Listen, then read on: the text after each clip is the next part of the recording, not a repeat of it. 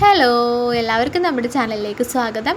അപ്പോൾ ഇതേ നമ്മുടെ സ്റ്റോറി ഇഷ്ടപ്പെടുവാണെങ്കിൽ ഒന്ന് സബ്സ്ക്രൈബ് ചെയ്ത് സപ്പോർട്ട് ചെയ്യണേ. നമുക്ക് അടുത്ത പാർട്ടിലോട്ട് പോവാം. ഓഫീസിൽ ചെന്നിട്ട് വിശാൽ സാറിനോട് പറഞ്ഞ് സാലറി സർട്ടിഫിക്കറ്റ് വാങ്ങണം. അതല്ലാതെ മറ്റൊരു വഴിയുമില്ല. അന്ന് ശ്യാമ കുറച്ച് വൈകിയാണ് ഓഫീസിലേക്ക് എത്തിയത്. ഇതെന്താ ശ്യാമ, ഇന്ന് ലേറ്റാണല്ലോ? രേഷ്മ ചോദിച്ചു. ഇറങ്ങിയപ്പോൾ കുറച്ച് വൈകിപ്പോയി. സിദ്ധാർത്ഥ് ഇവിടെ നിന്നും റിസൈൻ ചെയ്യുന്ന കാര്യം ശ്യാമയോട് പറഞ്ഞിരുന്നോ? രേഷ്മ ചോദിച്ചു. സിദ്ധാർത്ഥ് റിസൈൻ ചെയ്യുവാണെന്നോ? ഇല്ല, എന്നോടൊന്നും പറഞ്ഞിട്ടില്ല. ഓ, അപ്പോൾ പെട്ടെന്നുള്ള തീരുമാനമായിരിക്കും. ഞങ്ങളും ഇവിടെ വന്നപ്പോഴാണ് അറിയുന്നത്. ആള് വിശാൽ സാറിൻ്റെ റൂമിലുണ്ട്. അപ്പോഴേക്കും സിദ്ധാർത്ഥ് അങ്ങോട്ടേക്ക് ഇറങ്ങി വന്നു. ഹായ് ശ്യാമ, ഞാനിവിടെ നിന്നും പോകുവാണ് കേട്ടോ. ഇപ്പോൾ രേഷ്മ പറഞ്ഞറിഞ്ഞു. ഇതെന്താ പെട്ടെന്ന് ഇങ്ങനെ ഒരു തീരുമാനം? ഒരു സൂചന പോലും തന്നില്ലല്ലോ. പെട്ടെന്നൊന്നും അല്ലടോ, കുറച്ച് നാളായി ചിന്തിക്കുന്നു. ഈ ഓട്ടപ്പായച്ചിലും കൂടെ വർക്ക് പ്രഷറും ഒക്കെ മടുത്തു. ഞങ്ങൾ അമ്മയുടെ നാട്ടിലേക്ക് പോവുകയാണ്. അവിടെ ചെറിയ രീതിയിൽ എന്തെങ്കിലും ഒരു ബിസിനസ് തുടങ്ങണം, സിദ്ധാർത്ഥ് പറഞ്ഞു. സിദ്ധാർത്ഥ് ഇവിടെ ഉണ്ടായിരുന്നത് എനിക്കൊരു ഉപകാരമായിരുന്നു. താനിപ്പോൾ ഇവിടുത്തെ ബെസ്റ്റ് സ്റ്റാഫായിട്ട് മാറിയില്ലേ? ഇനിയിപ്പോൾ പ്രോബ്ലം ഒന്നും ഇല്ലല്ലോ. വിശാൽ സാറിനും ഞാൻ റിസൈൻ വെച്ചത് അത്രയ്ക്ക് അങ്ങോട്ട് ഇഷ്ടമായിട്ടില്ല. ഇനി മറ്റൊരാളെ ട്രെയിൻ ചെയ്തെടുക്കണ്ടേ? നമ്മൾ പിടിച്ചു നിന്നതുപോലെയൊന്നും ഇപ്പോൾ വരുന്ന പിള്ളേർ നിൽക്കില്ലെന്നേ. എന്തായാലും 1 മന്ത് നോട്ടീസ് പീരീഡ് ഉണ്ട്. ആ കാലയളവിൽ ആരെങ്കിലും ഇൻ്റർവ്യൂ ചെയ്ത് സെലക്ട് ചെയ്യും, സിദ്ധാർത്ഥ് പറഞ്ഞു. വിശാൽ സാർ എന്തെങ്കിലും തിരക്കിലാണോ? എനിക്ക് ഒന്ന് സാറിനോട് സംസാരിക്കണമായിരുന്നു. സാർ അകത്ത് തന്നെയുണ്ട്, താൻ അങ്ങോട്ടേക്ക് ചെല്ലൂ. ശ്യാമ അകത്തേക്ക് കയറി. എന്താ ശ്യാമ, ഇതുവരെ വർക്ക് സ്റ്റാർട്ട് ചെയ്തില്ലേ? വിശാൽ ചോദിച്ചു. സാർ, എനിക്കൊരു കാര്യം പറയാനുണ്ടായിരുന്നു. എന്തേ? വല്ല റിസൈൻ വയ്ക്കുന്ന കാര്യമാണെങ്കിൽ പറയണ്ട. സിദ്ധാർത്ഥ് ഇപ്പോൾ അങ്ങനെ ഒരു സർപ്രൈസ് തന്നതേ ഉള്ളൂ.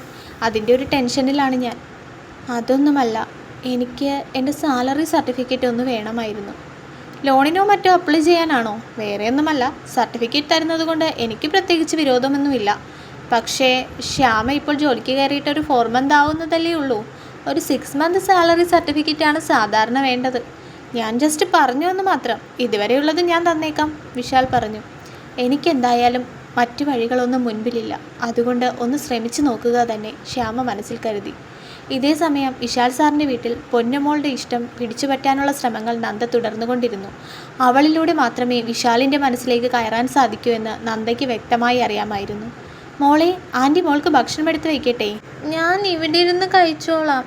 അത് വേണ്ട, ഇവിടെ മുഴുവൻ ചീത്തയാവും. മോള് വാ, നമുക്ക് അവിടെ ഇരുന്ന് കഴിക്കാം. ഞാൻ ഇവിടെ ഇരുന്ന് കഴിച്ചോളാമെന്നല്ലേ പറഞ്ഞത്? ആൻറ്റിക്ക് എന്താ പറഞ്ഞിട്ട് മനസ്സിലാവാത്തത്? വാശിക്കൊട്ടും പിറകിലല്ല. അതെങ്ങനെയാ? അവളുടെ അല്ലേ സന്തതി.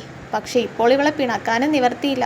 എൻ്റെയും വിശാലിൻ്റെയും മാരേജ് ഒന്ന് കഴിഞ്ഞോട്ടെ, അതിനുശേഷം ഇവളെ ഞാനൊരു പാഠം പഠിപ്പിക്കും, നന്ദ മനസ്സിൽ പറഞ്ഞു.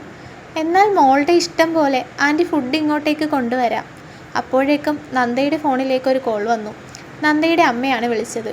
എന്തായി മോളെ കാര്യങ്ങൾ? നമ്മൾ വിചാരിക്കുന്നിടത്ത് കാര്യങ്ങൾ എത്തുമോ? അതോ നീ അവൻ്റെ കൊച്ചിനെയും നോക്കി നടക്കേണ്ട അവസ്ഥയാണോ? ഇപ്പോൾ അത് തന്നെയാണ് അവസ്ഥ. പക്ഷേ മാറ്റമുണ്ടാവും. അവൻ്റെ മോൾക്ക് എന്നേക്കാൾ നല്ലൊരു അമ്മയെ കിട്ടില്ല എന്ന് അവന് തോന്നണം. അങ്ങനെ ഒരു തോന്നലുണ്ടായാൽ പിന്നെ നമ്മൾ ജയിച്ചു. നീയെല്ലാം നോക്കിയും കണ്ടും ചെയ്യുമെന്ന് അമ്മയ്ക്ക് അറിയാം.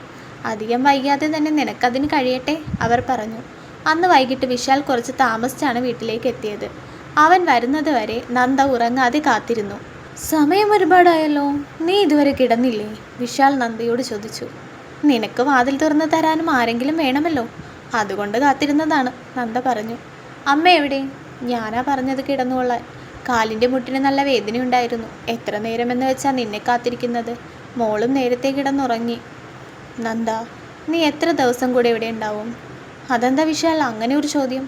ഞാനിവിടെ നിൽക്കുന്നത് കൊണ്ട് നിനക്കെന്തെങ്കിലും ബുദ്ധിമുട്ടുണ്ടോ? അതുകൊണ്ടല്ല നന്ദ, കാര്യം നീ ഇവിടെ ഉണ്ടായിരുന്നത് കൊണ്ട് എനിക്കും എൻ്റെ മോൾക്കും ഉപകാരമേ ഉണ്ടായിട്ടുള്ളൂ. പക്ഷെ നിൻ്റെ മനസ്സിൽ എന്താണെന്ന് എനിക്കറിയാം. നീ ഇവിടെ നിൽക്കുന്ന ഓരോ നിമിഷവും നിനക്ക് യാഥാർത്ഥ്യവുമായി പൊരുത്തപ്പെടാൻ കഴിയാതെ ആവും. നിനക്ക് നല്ലൊരു ഭാവിയുണ്ട്, അത് നീ ഇവിടെ നിന്നില്ലാതാക്കരുത്. നീ പറഞ്ഞു വരുന്നത് എന്താണെന്ന് എനിക്ക് മനസ്സിലായി. നിനക്കെന്നെ വിവാഹം കഴിക്കാൻ താല്പര്യമില്ല എങ്കിൽ ഞാൻ ഒരിക്കലും നിന്നെ അതിന് നിർബന്ധിക്കില്ല.